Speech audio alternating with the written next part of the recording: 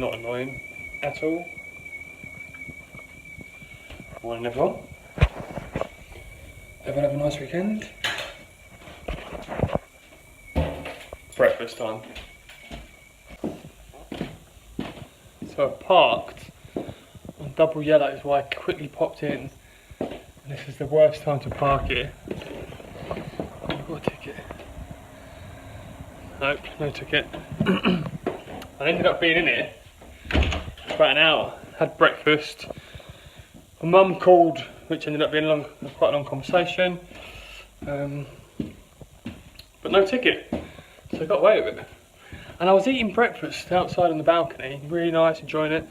And then someone came to clean the drains right underneath me. It's stuck. Oh. Just dropped my phone down inside the chair.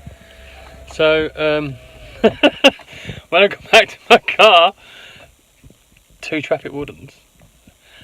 Didn't get a ticket because they literally just arrived as I walked out. Yeah, there's nowhere to park there. But got away with the traffic ticket, so I'll get one tomorrow now, won't I?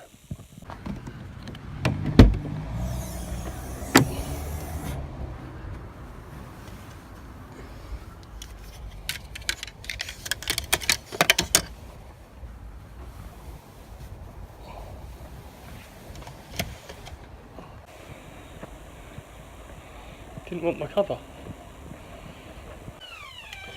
Said no charities accept covers, which is a shame because the cover was brand new.